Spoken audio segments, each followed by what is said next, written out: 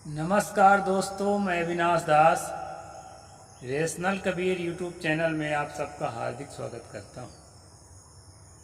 साथियों, चैनल को सब्सक्राइब करें, वीडियो को शेयर करें, लाइक करें, कमेंट ज़रूर करें। आज मेरा प्रसंग है दिल्ली यूनिवर्सिटी में कानून के सिलेबस में मनुस्मृति को शामिल किया जाए, ऐसा सरकार ने सिफारिश किया है।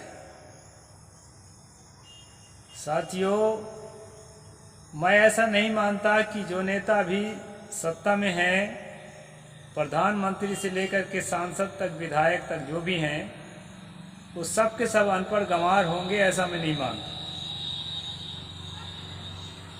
कम ज़्यादा सब पढ़े लिखे हैं और जब कुर्सी पर बैठते हैं तो उनका कर्तव्य बन जाता है कि अपने जानकारी को दुरुस्त करें।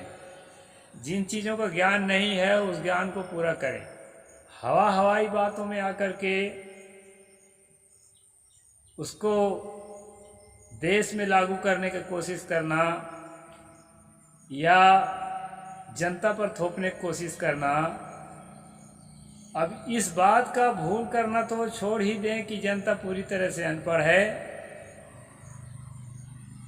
अनपढ़ हैं, अभी जागृति उतनी नहीं आई है, इस बात को हम स्वीकार करते हैं, लेकिन इसका अर्थ ये भी नहीं है कि कोई नहीं जागृत आया है और एकदम जो है सब के सब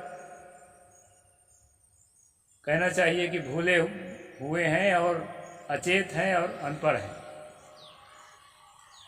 साथियों, आज मैं मनुस्मृति के कुछ अंशों को आपके सामने रखूंगा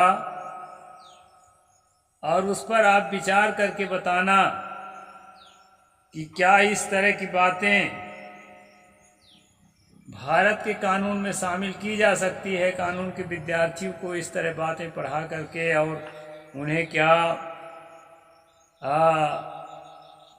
देश में होने वाली घटनाओं को उसके आधार पर न्याय और फैसला किया जा सकता है। इस पर आप लोगों को विचार करना है और अपना विचार कमेंट बॉक्स में ज़रूर लिखना है दोस्तों, ताकि मैं भी समझूं कि मैं जो बात आपके सामने रखता हूं उसको आप कितना समझ पाए हैं और कितना नहीं समझ पाए हैं, या समझने का प्रयास किए हैं या नहीं किए। ये कमेंट ज़रूर आज लिखना दोस्तों। मनुस्मृति 8वां अध्याय का 413 नंबर श्लोक कहता है, शूद्रम तु कार्ये दास्यम कृतम कृतमेव दास्या एव सृष्टो सो ब्राह्मणस्य स्वयंभुवा। जो ओबीसी जाति के लोग हैं, जिसको शूद्र कहते हैं मनुस्मृति भाषा में, उन ओबीसियों के लिए बताया है कि अगर ये शूद्र जो है खरीद कर लाए गए हों तो, और बिना खरीदे यानी पकड़ कर लाए गए हों तो उनका काम है सेवा करना, गुलामी करना, दास कर्म करना।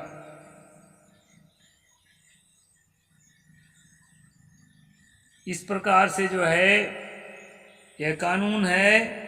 फिर कहते हैं यदि स्वामी दास को छुड़ा भी दे, मतलब काम से निकाल भी दे, अगर दूसरे जगह जाता है तो भी उसको दास्य कर्म ही करना है, दूसरा काम करने को उसको अधिकार नहीं है। कारण कि ब्रह्मा जी ने उसको इसी काम के लिए पैदा किया है।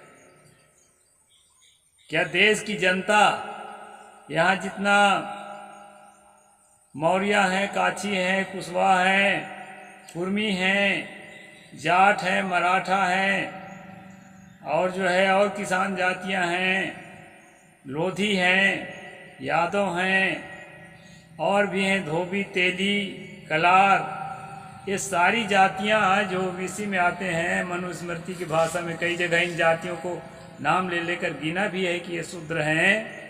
ये सब लोग क्या इस बात को स्वीकार कर लेंगे कि उनको खरीद करके लाया जाए या पकड़ करके लाया जाए, उसको जो है गुलामी कराया जाए? और इस कानून के रूप में कैसे लागू होते देख पाएंगे। और यही लोग जो है हवाई जो है बात सुन करके मनुस्मृति को देश में लागू करने के लिए उतावले हैं, पढ़े बढ़े कुछ नहीं। आगे कहते हैं दोस्तों 8वां अध्याय का 414, न स्वामिना निर्शिष्टो शूद्रो दास्य विमुच्यते निसर्गजम तदस्यम कस्मात् पोहति। उक्त सेवा के बदले शूद्र को क्या देना चाहिए? अच्छा हाँ, यदि स्वामी छुड़ा भी दे तो वो जो है कहीं भी हो वो उसको कर्म नहीं छोड़ सकता, क्योंकि ब्रह्मा के द्वारा बनाया गया है। और सेवा के बदले में देना क्या है, उसको मजदूरी में क्या देना है मैं एक आध बार बता भी चुका हूँ। कहा है उच्चिष्ट अन्नम दातव्यम जीर्णानि वसनानि च पुलकाश्चैव धान्या नाम जीर्णाश्चैव परिच्छदा।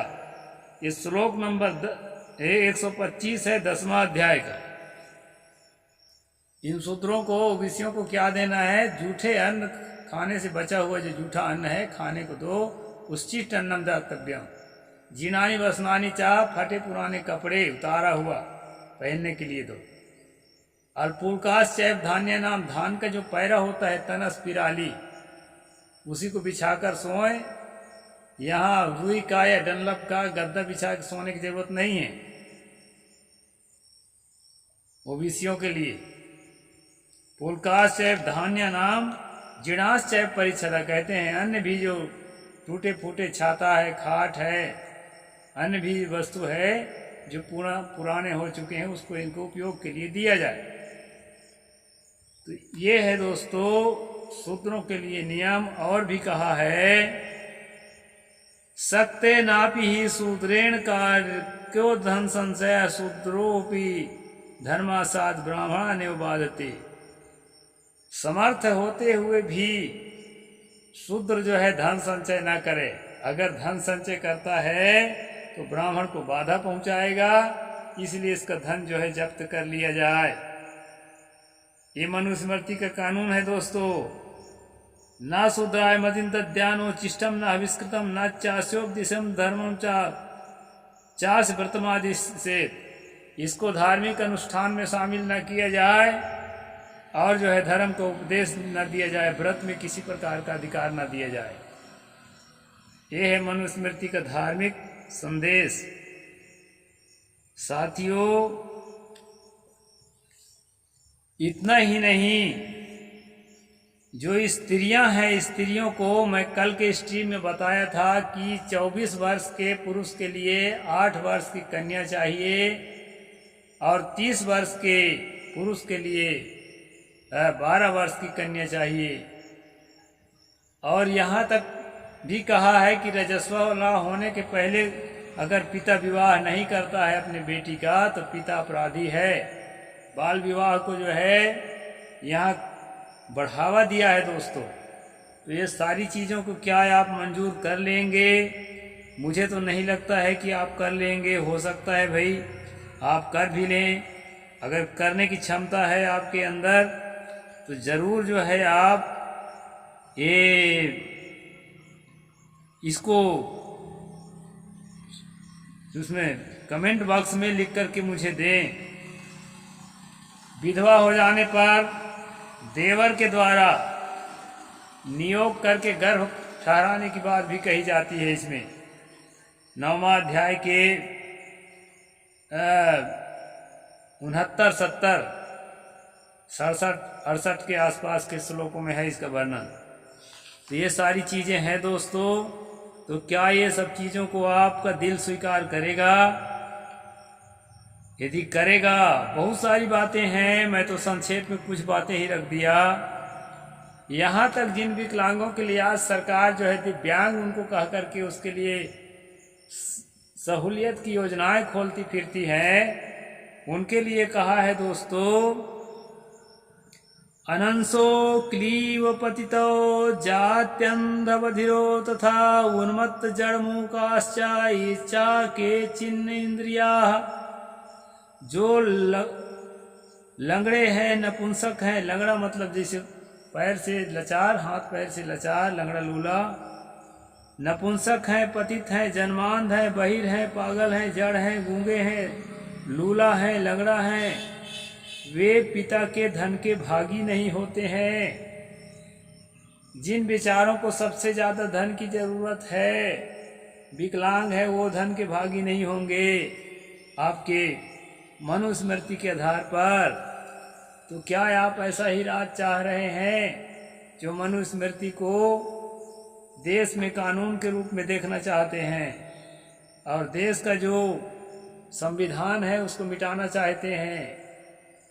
तो ये पागलपन आपके दिलो दिमाग में यदि है तो जरूर अध्ययन करिए दोस्तों।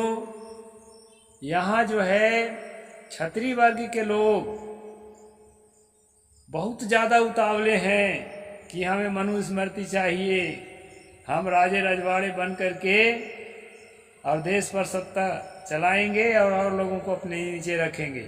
जो अपने आप को क्षत्रिय समझते हैं उनको भी समझना चाहिए। ब्राह्मणम 10 वर्षम तु 100 वर्षम तु भूमिपम पिता पुत्रो विजानीयात ब्राह्मणस्तु तयो पिता। 10 वर्ष का ब्राह्मण और 100 वर्ष का क्षत्रिय दोनों को पिता पुत्र समझना चाहिए। दोनों में ब्राह्मण पिता के समान है। यानी 100 साल का अगर क्षत्रिय है तो 10 साल के ब्राह्मण को पिता समझ करके प्रणाम करे, उसको पिता का दर्जा दे। क्षत्रिय की भी औकात यहाँ दिखा दिया गया। इन सब बातों को समझना है दोस्तों। पूरा मनुस्मृति पढ़ूंगा तो इसी में हफ्तों लग जाएगा। वैसे मैं इस पर स्ट्रीम किया हूँ, 9 अध्याय तक पहुँच चुका हूँ और पूरा 12 अध्याय तक आपको सुनाने वाला हूँ। और हर रोज़ थोड़ा सुनाता रहता हूँ। हर कभी कभी 2-4 दिन गैप भी हो जाता है। तो इन बातों को जरूर समझिए और गहन अध्ययन करिए दोस्तों। आपको पता चलेगा कि भारतीय संविधान जो है दुनिया का सबसे बड़ा संविधान है। और दूसरी बात, देश काल के अनुरूप कुछ बातें नहीं रह जाती तो उसके लिए संशोधन को उसमें गुंजाइश भी दिया हुआ है और संशोधन होते भी आया है। बहुत सारे 100 से ऊपर संशोधन हो चुके हैं। इसलिए जो है संशोधन अलग बात है और उसको ख़त्म करना अलग बात है और मनुस्मृति को लागू करना अलग बात है। दोस्तों, भारत का संविधान मानवतावादी संविधान है जो न तो लिंग का भेद करता है, न तो जाति का भेद करता है, न तो संप्रदाय का भेद करता है। भारतीय संविधान जो है दया और करुणा करता है। वंचित, शोषित और उपेक्षित लोग हैं, जो विकलांग लोग हैं, जो उनके लिए राहत योजना खोलने पर बात करता है। और जो समर्थ लोग हैं उनको देश के सेवा के लिए समर्पित होकर के और मदद करने की बात करता है। साथियों, देश की उन्नति के लिए, विज्ञान को विकसित करने के लिए और हर आदमी को अपनी बात रखने के लिए जितना बढ़िया फंडामेंटल राइट्स हमारे कॉन्स्टिट्यूशन में दिया गया है वो बहुत ही प्रशंसनीय है दोस्तों। इसलिए इस पर हमको विचार करना चाहिए और किसी भी कीमत पर मनुस्मृति या कोई भी स्मृति जो मानवता के खिलाफ बात करने वाली है उसको हम अपने कानून में शामिल करें। हमसे बड़ा मूर्ख भला कौन होगा दुनिया में। ये तो जंगल राज की तरफ हम जाने तो सोच रहे हैं। इसलिए साथियों, इन बातों को मैंने रखा। इन बातों पर आप विचार करिए और विचार करके कमेंट सेक्शन में ज़रूर जवाब दीजिए ताकि हम मानवतावादी, तर्कवादी, विज्ञानवादी इस अभियान को आगे बढ़ा सकें। साहिब बंदगी। जय जोहार, जय भीम, जय भारत।